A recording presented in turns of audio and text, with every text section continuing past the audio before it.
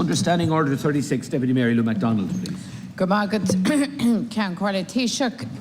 Last month, President Michael D. Higgins described the housing crisis as a disaster.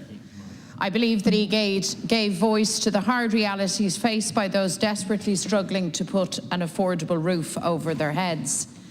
Because when people can't afford a home, it doesn't just stop there. It has wide-reaching and deep consequences for our society. Today, we read that schools in Dublin report that teachers are leaving and seeking employment in other parts of the country due to extortionate rent and soaring house prices. Schools are finding it very difficult to recruit replacements. Indeed, one school, it is reported in Stillorgan, recently wrote to parents advising them that 6 of their teachers were relocating outside Dublin. The teaching unions are alarmed, Taoiseach. They say that difficulties regarding teacher supply are made worse by the fact that teachers cannot set up home in this city. They say that teachers who commute to Dublin are now considering working elsewhere because of the soaring cost of fuel. They are worried because schools are struggling to get teachers in important subjects like maths and science, and many schools are forced to consider asking teachers who have Gaeilge but who don't have a degree in Irish to teach the subject, and the situation has gotten so bad that some schools may have to consider dropping option subjects. So we now face the prospect of another serious problem that is rooted in the housing crisis. If left unchecked, it will have major knock-on effects. Being unable to afford a home impacts on the teacher's quality of life, which then affects the ability of schools to deliver, and which in turn impacts on the education of our children. It ripples through everything. We shouldn't be surprised that this problem is emerging, Taoiseach. The average rent in Dublin is now more than €2,000. Average house prices range up to €600,000. Truly off the wall. How could anyone build a life when facing those costs? By the time a teacher pays the rent or the mortgage, a huge chunk of their wage is gone. Add in the spiralling cost of living, the relentless hikes in electricity and gas, childcare fees, and the sharp increases in the price of food, and life in this city has literally become unaffordable. We concede the teachers are left in an impossible situation, and why they are now voting with their feet, Taoiseach. Tá múnseirí ag fágáil bhaile ó clia margheall freisanna tithe atá ag ardú as cimse agus céasanna riachtacht. Tá scolanna ag stracailt le múnseirí eile aol, ní mór den rialtas gníomhú inis chun deireadh a chur leis an nearcéim atá mar tubaiste inis. So those caught up in the housing crisis are crying out for change, Taoiseach, and that includes teachers. Government can't allow this problem to escalate and to become in itself another crisis. So can I ask you, what is the government's assessment of this situation? Does the Taoiseach share the teaching union's alarm with the situation? What does your government propose to do by way of response? And do you plan, Taoiseach, to meet with the teaching unions on this matter? Thank you, Deputy McDonald. Just part of the vim go will gear came on o have corsi to hichte. I would say I'm pre-vimed on realtus no vadni small te a file a hogail agus nilen aura sac will when dakoti file ag muntori ag gana quid dini ella mother le corsi to hichte agus top plan quimshe ag on realtus con dialoil lesh on gear came shaw. Níl an rintas ánach fai gablion, ach tá anna chuid buntamach going le ling the Dublin sin. Could I say at the outset that I've said consistently since being elected Taoiseach that housing is the #1 social issue facing this country. And the government has produced the most comprehensive housing policy entitled Housing for All.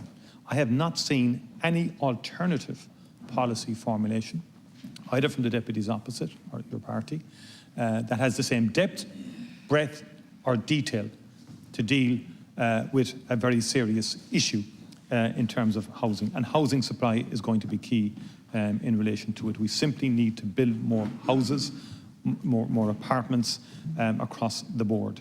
And the target is to get to 33,000 to 35,000 per annum. This year, the expectation is that we're on target for about 24,600 new houses.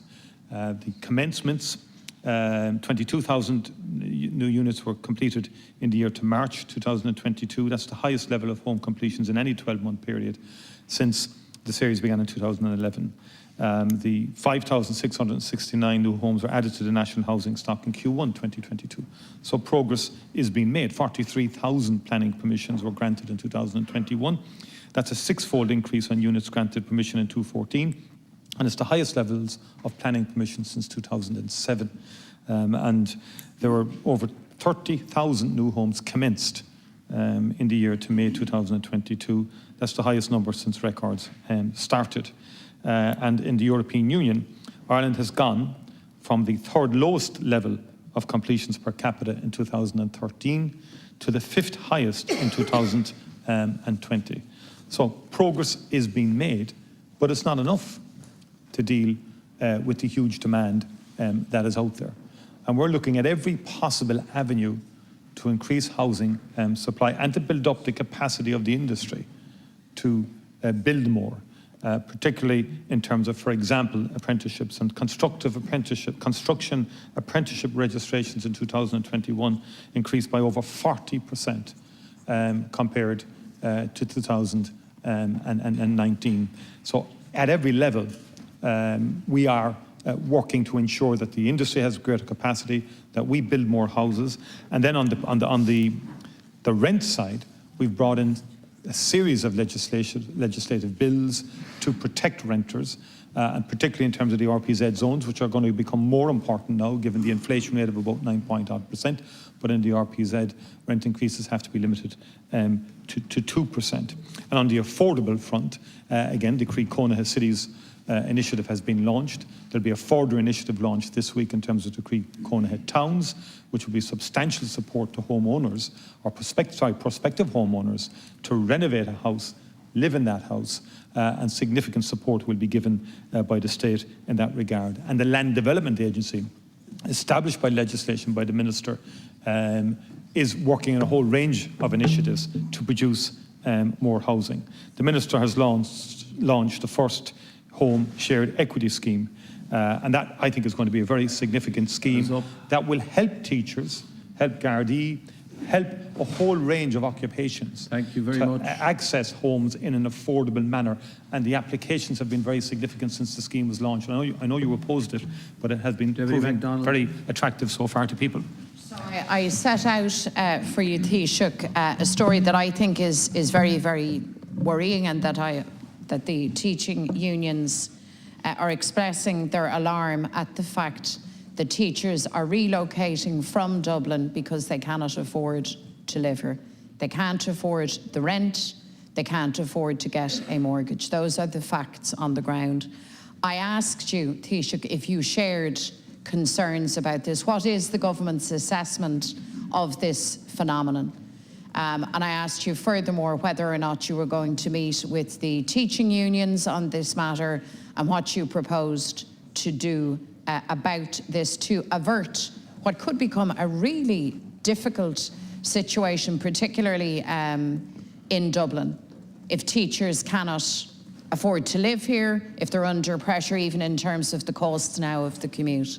And you didn't answer the question. So can I ask you respectfully, when you take to your feet, to actually answer those questions? What's the government's assessment of this? What are you going to do about it? And will you meet the teaching unions on this matter? Thank you very much. Taoiseach. Well, first of all, I did give my assessment.